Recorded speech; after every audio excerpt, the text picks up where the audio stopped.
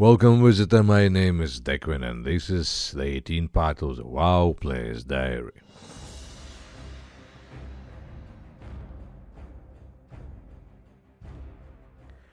Two months, give or take a couple of weeks, that's about how long WoW's honeymoon period lasts after a new expansion release. It's that initial rush of, oh wow, everyone is back, new content, let's dive in. I've seen it happen many times, and I have to say it's always the part I enjoy the most. New zones, quests, storylines, dungeons, a buzzing auction house, and the challenge of mastering raids.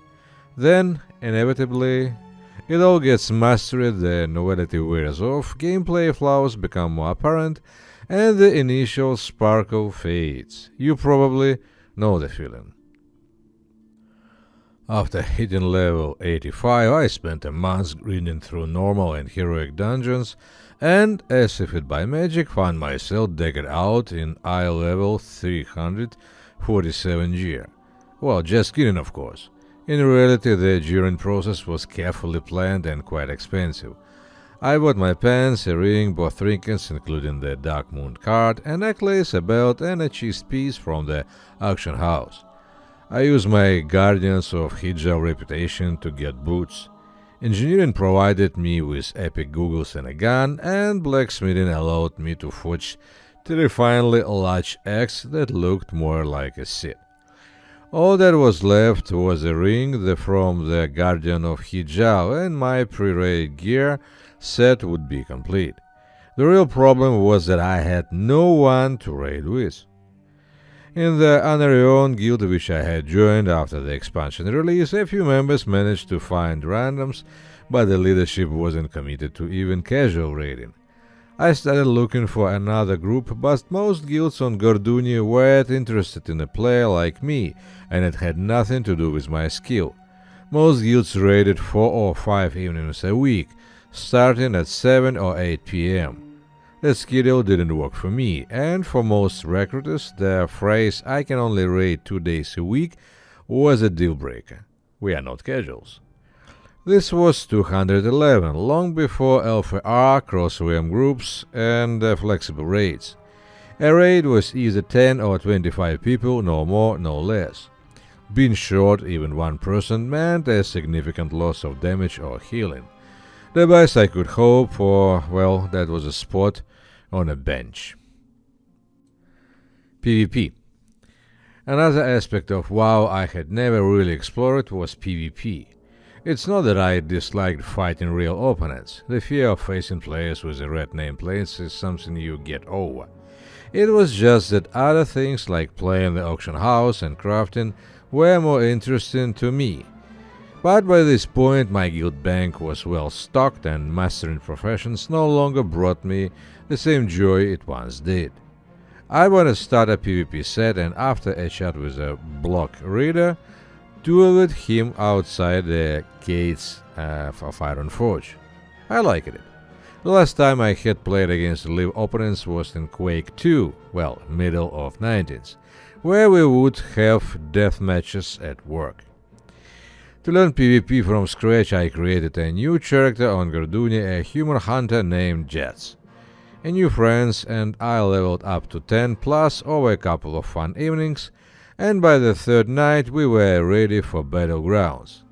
Little Jets received a care package from his uncle Deck, heirloom chest and cloak, enchanted and ready to go. His baptisms by fire took place in wars on Couch. More on that later, but first a few words of psychology of PvP. The sight of an enemy player running towards me used to leave me frustrated. What did I do? Fights were over in seconds, and I'd usually only figure out what was happening, then my screen turned grey. The turning point came unexpectedly. I was questioned in Weisher when 2 hoarder players approached. I rarely got attacked while leveling, and I returned the favor. But then I saw one of them, a warlock, started casting on me. Well, fuck, I thought, what the matter, dude? With that, I unleashed a volley of Archon shots. The warlock health dropped by 20%, and my kill shot button lit up. I hesitated for a split second, and in that time he healed up and finished me off.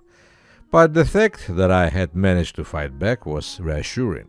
My reactions weren't so slow after all. After that, I didn't feel the same jitters than facing harder plays. In fact, I found that my first few attempts in Raid Boss were more nerve-wracking.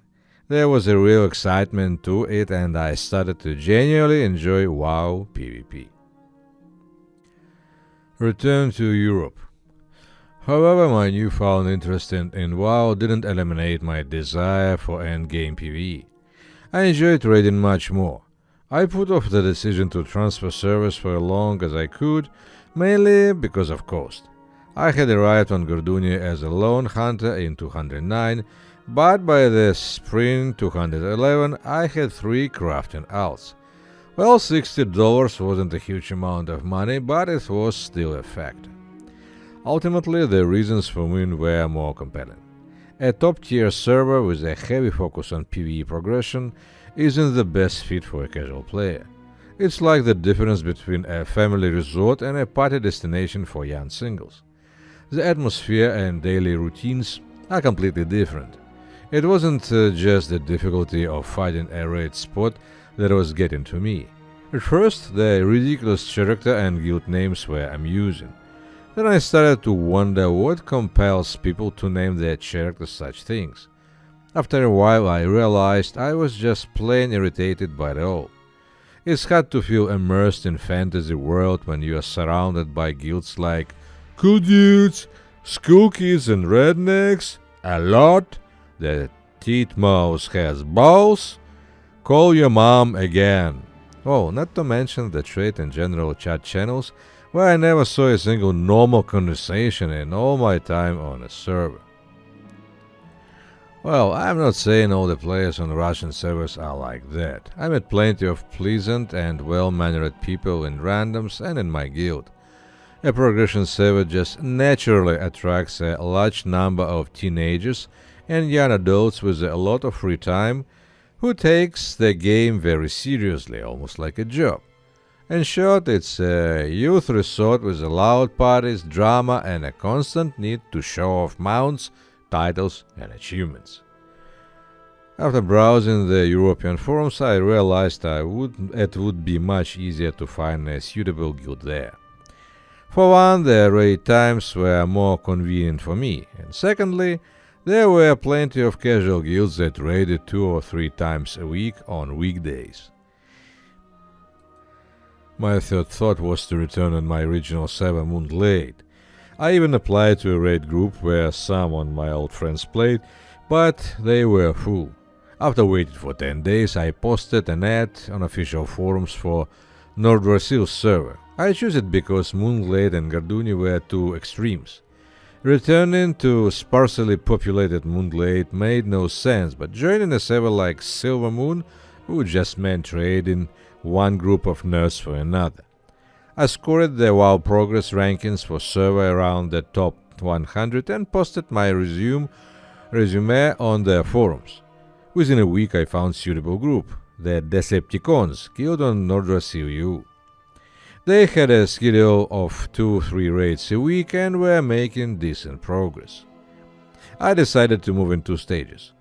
I had to accumulate several alts and a good amount of gear on the Gorduni, but moving everyone at once seemed pointless, given the uncertain prospects on the new server. I would move my main first and bring the others over later. Nordrasil Realm.